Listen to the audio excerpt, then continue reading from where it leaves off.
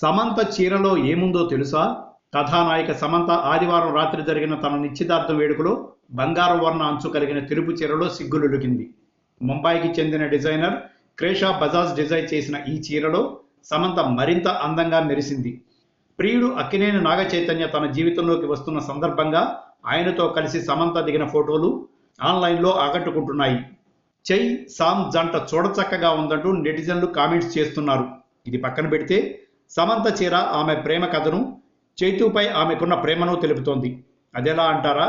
సమంత చీర అంచును బాగా గమనిస్తే అందులో ఏం మాయ చేసావే చిత్రంలోని ఓ సన్నివేశం నుంచి మొన్న జరిగిన అఖిల్ నిశ్చితార్థంలో దిగిన ఫ్యామిలీ ఫోటో వరకు దృశ్యాలు కనిపిస్తాయి.